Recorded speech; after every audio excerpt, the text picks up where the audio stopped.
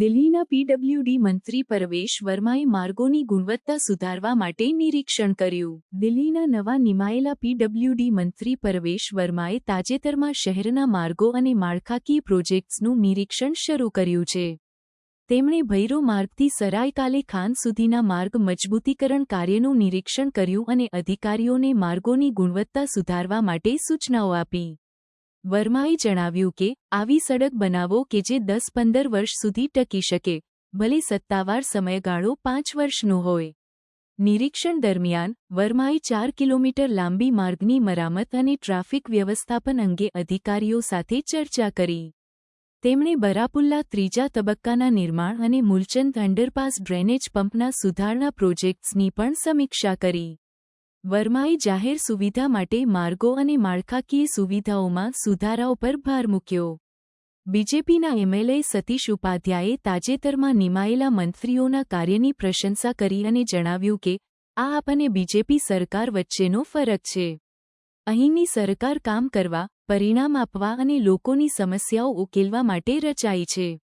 વર્માએ તેમના પિતા અને પૂર્વ દિલ્હીના મુખ્યમંત્રી સાહિબસિંહ વર્માને શ્રદ્ધાંજલિ આપી અને તેમના અધૂરા કાર્યો પૂર્ણ કરવાની પ્રતિબદ્ધતા વ્યક્ત કરી. તેમણે નવી દિલ્હીની બેઠક પર જીત મેળવીને આ પ્રતિબદ્ધતા દર્શાવી છે. यहाँ पे आए हैं हमारे साथ में हमारी जो यहाँ से सांसद है बासुरी जी, हमारे यहाँ से विधायक है नीरज जी और सभी आरडब्ल्यूए के लोग हैं.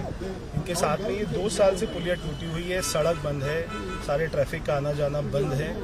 इसलिए हमने इनको तुरंत ही अधिकारियों को बुलाया इसका टेंडर करवा के और होपफुली अप्रैल में हम इसका यहाँ पे नारियल फोड़ देंगे, काम शुरू कर देंगे. ये जो रास्ता है बिल्कुल पास में है, ये दूसरा नंबर है यहाँ. सर, आप लगातार रिव्यू कर रहे हैं रोड्स का, क्या डेडलाइंस भी दे रहे हैं साथ साथ कि कब तक डेडलाइन रहेगी? देखिए, अभी मैं एक बात बता दूं, जैसे बारापुला, ये अगर आप यहाँ से सीधा देखेंगे तो ये बारापुला की तरफ में आगे जाता है. बारापुला का जो प्रोजेक्ट है उसमें ऑलरेडी जितना वो सैंक्शन था कॉस्ट उससे डबल हो चुकी है, क्योंकि किसी भी गवर्नमेंट का कोई भी फॉलोअप नहीं था. ये अरविंद केजरीवाल जी, उनकी सारी टीम, सारे मंत्री यहाँ तो विजिट करते थे. मुझे बारापुला वाले जो वहाँ पे कंपनी काम कर रही थी L&T, उन्होंने बताया कि 10 साल में कोई मंत्री आया ही नहीं, तो किसी का फॉलोअप नहीं था.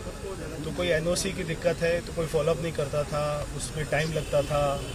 फिर वो कंपनी आर्बिट्रेशन में जाती थी, वहाँ से उसको अवार्ड होता था, वहाँ से सरकारी जो हमारे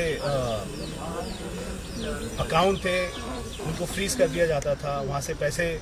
तो ऐसे हर प्रोजेक्ट को देखेंगे तो डबल उसकी कॉस्ट होगी. तो हम ये इंश्योर करेंगे कि सारी एनओसी हमको टाइमली मिले और अगर वो 100 करोड़ रुपए का पास होता है तो वो 100 करोड़ रुपए में ही बने, उसको 200 करोड़ रुपए में नहीं लेके जाएगा.